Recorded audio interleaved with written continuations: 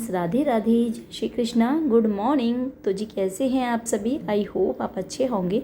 हम भी अच्छे हैं। तो जी फिर से एक नए ब्लॉग की शुरुआत हो चुकी है, तो आप सभी का वेलकम है मेरे नए ब्लॉग में। तो जी सुबह का समय हो रहा है और आज के ब्लॉग की स्टार्टिंग हो रही है किचन के कामों की शुरुआत हो चुकी है। तो जी बच्चों को स्कूल जाना है, तो यहाँ टिफ़िन की चल रही है तैयारी। तो यहाँ पे मैंने लौकी ले ली है, जिसके मैंने छिलके निकाल लिए हैं।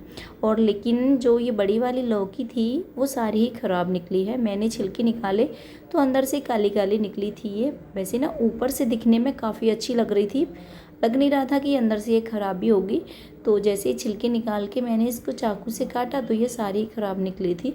तो उसको मैंने फिर हटा दिया है और मेरे पास आधी लौकी और रखी हुई थी, तो मैंने बस आधी लौकी के ही छिलके निकाल दिए थे और इसको मैंने अच्छे से धो लिया है।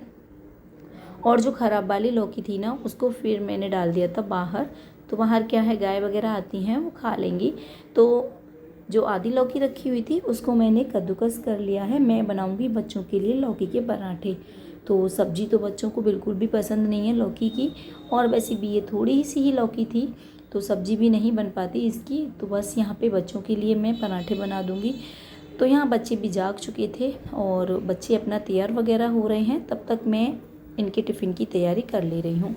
तो जो भी आधी लौकी थी उसको मैंने कद्दूकस कर लिया है और इसके बाद फिर आटा ले लिया था। मैंने आटे को छान लिया था और ज़्यादा तो पराठे बनाने नहीं हैं, बस 3 पराठे ही बनाने थे मुझे, 2 सभ्यता के लिए और 1 आदर्श के लिए। और सुबह के टाइम में बच्चे खा के तो जाते नहीं हैं खाना। मैं कितना भी बोलती हूँ कि कुछ खा के जाया करो, खाली पेट नहीं जाना है, तो बच्चे बोलते हैं कि मन ही नहीं होता है सुबह सुबह इतनी जल्दी खाने का। और तो फिर बच्चे बस लेके ही जाते हैं। तो बस 3 से 4 पराठे मुझको बनाने थे, तो ये लौकी काफ़ी थी। और यहाँ पे आटा मैंने तैयार कर लिया है और आटे में मैंने ये कद्दूकस की हुई लौकी थी वो डाल दी है। उसमें डाल दिए थे मसाले, जैसे नमक डाल दिया था, जीरा पाउडर जीरा दाना डाला था, थोड़ी सी अजवाइन डाल दी थी, इसके बाद धनिया पाउडर और लाल मिर्ची और साथ में ना हींग भी डाल दी थी। तो ये काफ़ी टेस्टी बनते हैं पराठे।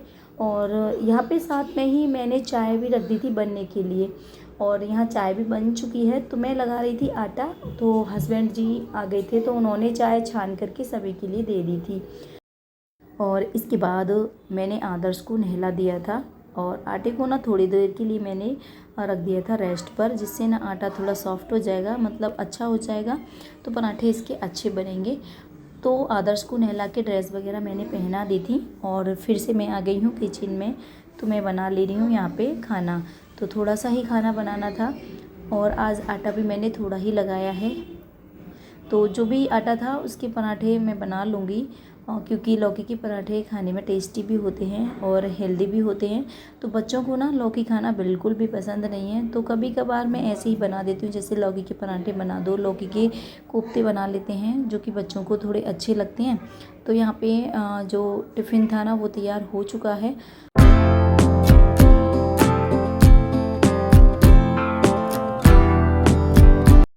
इसके बाद दोनों बच्चे नहा धो के हो गए थे तैयार। तो इधर आदर्श को मैंने ड्रेस वगैरह पहले ही पहना ही दी थी और अब मैं बस उसके बाल वगैरह बना दे रही हूँ। सभ्यता भी तैयार हो गई है। सभ्यता खुद से मतलब तैयार हो जाती है, लेकिन अभी ना उससे ठीक से चोटी नहीं बनानी आती है। तो इधर आदर्श के बालों में कंघी करने के बाद फिर मैंने सभ्यता के बालों को भी कंघी कर दिया था। तो इधर सभ्यता की चोटी बना दी थी मैंने। और कमरे की भी हालत ना बहुत ज़्यादा अस्त व्यस्त हो रखी है, मतलब सामान सारा इधर उधर पड़ा हुआ है। तो बच्चों के जाने के बाद मैं इसको मतलब समेट दूंगी सारे अच्छे से, मतलब कमरे को क्लीन कर दूंगी। तो अभी बस पहला काम यही रहता है कि बच्चों को समय से तैयार कर दिया जाए, बच्चों को स्कूल भेज दिया जाए, और जो साफ़ सफाई के काम है ना वो बच्चों के स्कूल जाने के बाद ही स्टार्ट होते हैं। तो जी यहाँ पर बच्चे तैयार हो गए हैं और देखिए अचानक से ही ना मौसम बदल गया, बारिश स्टार्ट हो गई है। बादल हो रहे थे हल्के फुल्के, मतलब ऐसा नहीं लग रहा था कि बारिश होगी। तो देखिए यहाँ बच्चे तैयार हो गए थे तो तभी आ गई बारिश। तो थोड़ी देर बच्चे रुक गए थे और आदर्श सभ्यता देख रहे थे कि कितनी तेज़ बूंदें आ रही हैं, भीगने लायक हैं या कैसी बारिश हो रही है। तो बूंदें काफ़ी मोटी मोटी आई थी, लग रहा था कि तेज़ बारिश होने वाली है।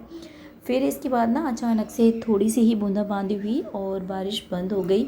तो यही चल रहा है आजकल, कभी बारिश होने लगती है, कभी बंद हो जाती है और कभी कभी बहुत ज़्यादा तेज़ बादल आते हैं लेकिन बारिश बिल्कुल भी नहीं होती। तो आजकल ना यही चल रहा है। तो मौसम का तो देखिए कुछ नहीं कहा जा सकता कब बदल जाए। तो यहाँ पे सुबह के टाइम में रोड पे ना ज़्यादातर बच्चे दिखाई देंगे स्कूल जाने वाले। और फिर बारिश बंद हो गई थी तो बच्चे स्कूल के लिए निकल गए हैं और जी शुरू हो गए थे हमारे अब घर की साफ़ सफाई वाले काम। और बच्चों के जाने के बाद फिर मैंने चाय बना ली थी और चाय वगैरह सभी ने पी ली थी और सभी के लिए एक एक दो दो मैंने पराठे भी बना दिए थे, मम्मी जी और हस्बैंड जी के लिए। तो नाश्ता वगैरह उनका हो गया था। इसके बाद स्टार्ट हो गए थे हमारे अब घर की साफ़ सफाई वाले काम। तो सबसे पहले जो कमरा अस्त व्यस्त था ना वो मैंने ठीक किया, जो भी सामान था उसको ठीक से मैनेज किया, उसकी सही जगह पे रखा। और देखिए जगह चाहे कम हो या ज़्यादा हो लेकिन अगर सामान को ठीक से हम व्यवस्थित जगह पे नहीं रखेंगे ना तो बिल्कुल भी अच्छा नहीं लगता है। तो देखिए हमारे पास तो जगह भी थोड़ी कम है तो इसीलिए ना बहुत ज़्यादा दिक्कत होती है डेली का सामान निकालना, फिर उसे उसी जगह पे व्यवस्थित करके रखना। तो ये सारे काम मतलब डेली में ही करने होते हैं। और तो मैंने कमरे में जो भी सामान मुझे इधर उधर दिखाई दे रहा था पड़ा हुआ वो मैंने ठीक कर दिया था। कुछ कपड़े थे जो मैंने रात को रखे थे फ़ोल्ड करके, तो बेड पर ही मैंने रख दिए थे, तो उनको मैंने उनकी ठीक जगह पे लगा दिया है। और जो दूसरी वाली अलमारी थी उसमें भी कुछ कपड़े मतलब अस्त व्यस्त हो रहे थे तो वो भी मैंने ठीक से लगा दिए हैं। और फिर इसके बाद इधर बेड पर धूल मिट्टी दिखाई दे रही थी तो वो भी मैंने कपड़े से हटा दी है। और इधर जो गुलदस्ते वगैरह रखे हुए थे ना वो मैंने कपड़े से झाड़ दिए हैं। और डेली में तो ये नहीं धोए जा सकते क्योंकि जल्दी से ख़राब हो जाएंगे, तो बस मैंने कपड़ा लिया और उससे ना इनको झाड़ दिया था। तो यहाँ पे बेड को मैंने अच्छे से साफ़ कर दिया था और इसके बाद जो बेड शीट थी उसको मैंने ठीक कर दिया है। तो बेड शीट को मैंने नहीं बदला है क्योंकि बेड शीट मैंने 2 दिन पहले ही बदली थी और वैसे भी आज बारिश का भी मौसम हो रहा है तो कपड़े ठीक से सूखेंगे नहीं, तो आज मैं बेड शीट को नहीं दूँगी। तो मैंने बस इसको सेट कर दिया था। और इसके बाद अभी मुझे और भी काम निपटाने थे।